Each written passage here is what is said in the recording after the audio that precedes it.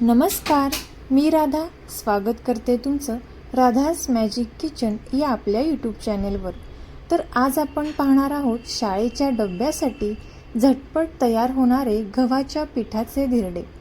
अगदी कोणतीही पूर्वतयारी न करता अवघ्या 5 मिनिटांमध्ये तुम्ही हे गव्हाच्या पिठाचे धिरडे तयार करू शकता। तर कसे बनवायचे, चला तर मग आजच्या रेसिपीला आपण सुरुवात करूया। तर सर्वात अगोदर 1 कप गव्हाचं पीठ घ्यायचं आहे। यामध्ये आपल्याला 3 ते 4 चमचे बारीक रवा घालायचा आहे। 2 ते 3 चमचे तांदळाचं पीठ घालायचं आहे। आता ज्या कपने आपण गव्हाचं पीठ घेतलं आहे त्याच कपने 1 कप पाणी सुरुवातीला इथे आपल्याला यामध्ये घालायचं आहे। आता हे चमच्याने चांगले मिक्स करून घ्यायचं आहे। लक्षात ठेवा, सुरुवातीला आपल्याला यामध्ये एकदम जास्त पाण्याचा वापर करायचा नाही। आता थोडंसं मिक्स केल्यानंतर त्याच कपने आणखीन 1 कप पाणी इथे मी यामध्ये घातलेलं आहे। आता पाणी घातल्यानंतर पुन्हा एकदा इथे आपण हे चांगलं मिक्स करून घेणार आहोत। यामध्ये पिठाच्या गाठी राहणार नाहीत याची आपल्याला काळजी घ्यायची आहे। तर पाहू शकता या पद्धतीचं हे मिश्रण इथे तयार झालेलं आहे। आता धिरडं तयार करण्यासाठी इथे आपल्याला पातळ असं बॅटर तयार करायचं आहे। यासाठी इथे मी आणखीन 1 कप पाणी यामध्ये घातलेलं आहे। आता ज्या कपने आपण गव्हाचं पीठ घेतलेलं आहे त्याच कपने टोटल 3 कप पाणी इथे मी यामध्ये वापरलेलं आहे। आता हे मिक्स करून यावरती झाकण ठेवून 5 मिनिटांसाठी असेच साईडला ठेवून द्यायचे। आता 5 मिनिटांनंतर पुन्हा एकदा आपण हे व्यवस्थित चांगलं मिक्स करून घेणार आहोत। आता हे चांगलं मिक्स केल्यानंतर यामध्ये आपल्याला बारीक चिरून घेतलेला कांदा आणि बारीक चिरून घेतलेली मिरची घालून घ्यायची आहे। इथे तुम्ही मिरची नाही घातली तरी सुद्धा चालेल। त्यानंतर 1 बारीक चिरून घेतलेला टोमॅटो आणि अर्ध बारीक खिसून घेतलेलं गाजर। इथे तुम्ही तुमच्या आवडीनुसार कोणत्याही भाज्या यामध्ये ॲड करू शकता। जर लहान मुलं मिरची खात नसतील तर इथे तुम्ही मिरची स्किप करू शकता। त्याऐवजी अगदी थोडंसं लाल मिरची पावडर घातली तरी सुद्धा चालेल। आता गाजर थोडंसं किसून घातल्यानंतर अर्धा चमचा धने पावडर घालायची आहे। अगदी थोडीशी लाल मिरची पावडर आणि चिमूटभर हळद आपण यामध्ये घातलेली आहे। बारीक चिरून घेतलेली कोथिंबीर आणि चवीनुसार मीठ आपण यामध्ये घातलेलं आहे।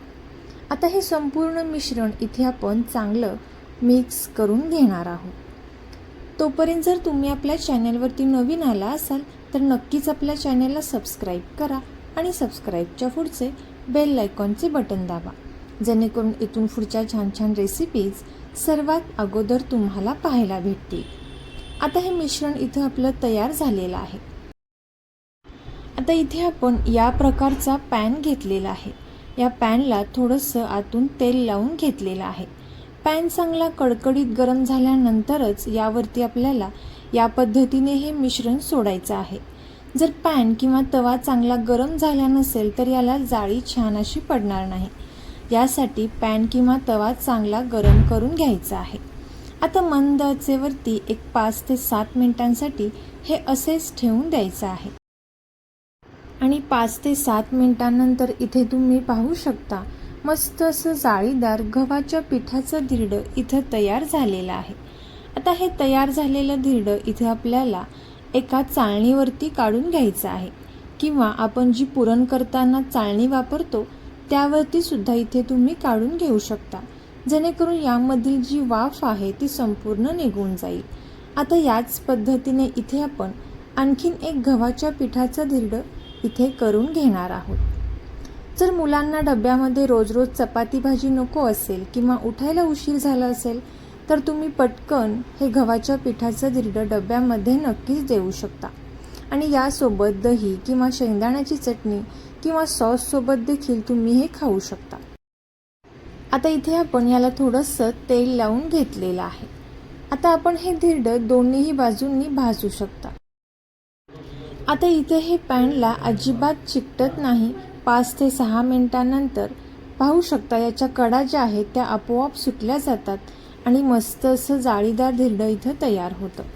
कलर देखील याला छान असा आलेला आहे आणि याच प्रकारे इथे आपण बाकीच्या सुद्धा पिठाचे धिरडे तयार करून घेतलेले आहेत. तर तुम्ही सुद्धा ही रेसिपी नक्की ट्राय करून पहा आणि कशी झाली ती कमेंट करून नक्की सांगा. तुम्हाला जर हे गव्हाच्या पिठाचे धिरडे आवडले असतील तर ही रेसिपी आपले मित्रमैत्रिणी आणि नातेवाईकांसोबत शेअर करा. चॅनलवरती नवीन आला असाल तर नक्कीच चॅनलला सबस्क्राईब करा आणि सबस्क्राईबच्या पुढचे बेल आयकॉनचे बटन दाबा. थँक्यू.